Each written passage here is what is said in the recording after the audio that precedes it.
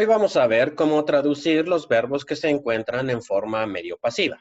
Ya habíamos visto que un verbo en forma medio pasiva puede ser traducido de tres maneras, como activos en beneficio del sujeto, como medios, es decir, cuando el sujeto al mismo tiempo hace y realiza la acción del verbo, y como pasivos, cuando el sujeto recibe la acción del verbo. Específicamente vamos a estar viendo cuándo debemos optar por una de estas elecciones y no por otra. Vamos a traducir un verbo como activo cuando ese verbo sea deponente. Ya sabíamos o ya sabemos por otros videos que un verbo deponente es aquel que tiene una forma medio pasiva, pero su significado es activo. Sabemos que es deponente porque en el léxico lo vamos a encontrar con esa forma medio pasiva, como el verbo que tenemos enfrente, que es apokrinomai.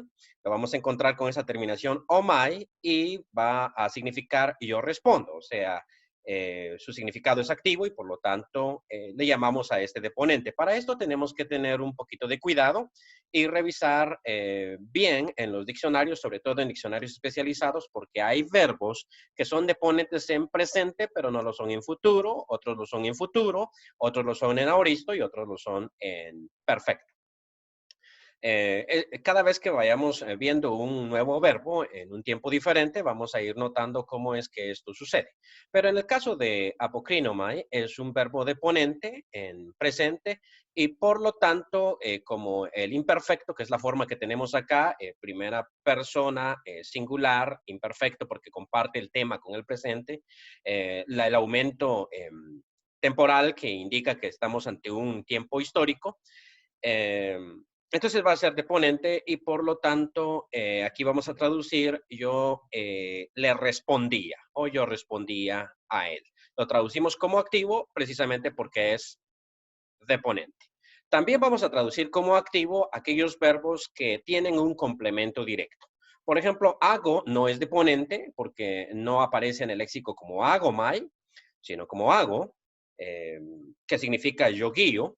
Pero aquí lo tenemos en forma medio pasiva de imperfecto, una vez más, primera persona del singular, y yo conducía, pero vamos a traducirlo como activo. Yo lo conducía o conducía a él, precisamente porque autón está en acusativo y eso significa que es el complemento directo del verbo hago. Y por lo tanto, aunque esté en forma medio pasiva, tenemos que traducirlo como activo. El complemento directo nos obliga. Digo en este momento complemento directo y no acusativo porque recordemos que hay verbos como acuo cuyo complemento directo está en genitivo y hay otros verbos cuyo complemento directo está en dativo. Entonces aquí no importa realmente el caso, sino lo que importa es saber si el verbo tiene un complemento directo aunque esté en forma medio pasiva. Eh, Vamos a traducirlo como activo. Eh, Pongamos un ejemplo en español. Podemos decir el verbo secuestrar, es activo, ¿no? Yo lo secuestro. Pero si se me ocurre a mí ponerlo en forma medio pasiva, hablando un mal español, es decir, yo me lo secuestro, todos entienden que acabo de cometer tal vez un error, tal vez un tipo de español un poquito extraño, pero entienden que el sentido es activo del verbo, aunque esté el pronombre me en la oración que estoy mencionando. Lo mismo sucede aquí. Y lo que implica aquí, precisamente para el exégeta, es que aunque traducimos en forma activa este verbo medio pasivo, el significado no es necesariamente activo, sino es medio pasivo. Y lo que implica es que estoy haciendo o estuve haciendo, bueno, en este caso como es un imperfecto, yo estaba haciendo esta acción en beneficio propio, como cuando decíamos desato el caballo, pero desato el caballo para montármelo, para sacar un beneficio de él.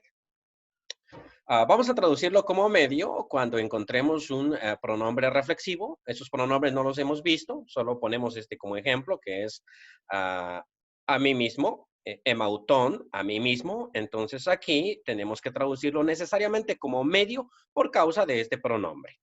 Vamos a verlos más adelante. El griego utiliza varios de estos pronombres. Yo me guiaba a mí mismo. medio por causa del pronombre reflexivo.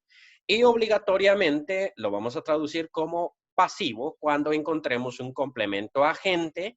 Ya sabemos que el complemento agente se hace con hupo más genitivo. Aquí sería por él, porque este es un pronombre. Entonces, traducimos, yo era conducido por él. Obligatoriamente va en pasivo por el complemento agente.